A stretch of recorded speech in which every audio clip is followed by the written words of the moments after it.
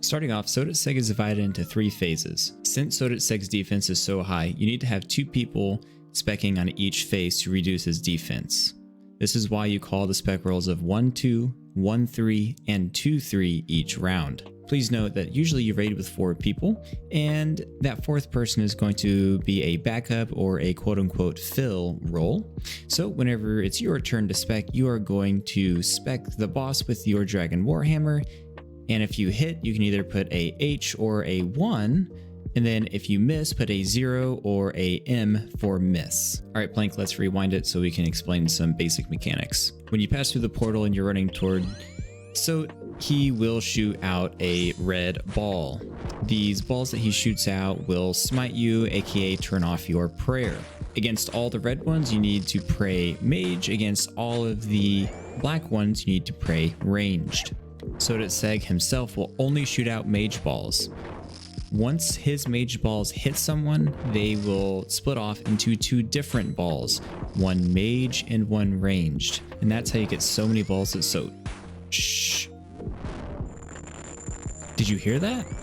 That's the noise that his death ball makes whenever he shoots it out. Once you hear this noise or see it, I need you to run to the head and meet your teammates there. Long story short, all your teammates need to meet there to share the damage from the ball. The ball hits over your max HP, so it's a necessary mechanic to have teammates there to share it. The maze.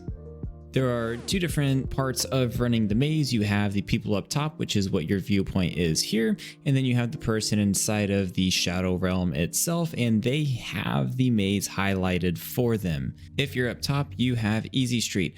All you need to do is click on the red tiles that get highlighted. The harder part is being down below in the Shadow Realm where you have the maze highlighted. You are setting the pace for the team, and as you see with my current footage here, that 1, the maze runner needs to stop on the 3rd row of the maze, and that's so everyone can get on the same tiles. And 2, that there's a tornado chasing the people up top, and that tornado is chasing you in the Shadow Realm as well. Keep in mind that the people up top are going to be more than likely 2 seconds behind wherever you are in the maze, so you need to keep a decent pace.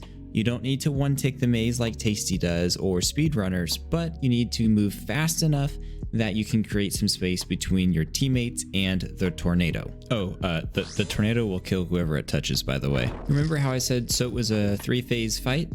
That was phase 1. And it just repeats 2 more times. To do good at Sotetseg, you really need to be proactive instead of reactive. What I mean by this is that you need to pay attention to who Sotetseg shoots his balls at. And then you can watch those balls split off and see where those balls go. This will help prevent a lot of smites from the diagonals through Sotetseg itself. Being proactive also applies to the maze. If you notice that the first 3 rows are just a straight line up, please know that that tornado is going to be right behind you, and that you and your team outside of the Shadow Realm control when that tornado starts. That tornado starts whenever someone outside, aka where you see here in this clip, that we hit that 4th tile or farther. That's when the tornado starts. Click straight off of the maze as well. This will help prevent any weird pathing big damages happening to you and or your team. As always, please like the video for the blessings with the YouTube algorithm and subscribe so that way you can get notified whenever I release more content.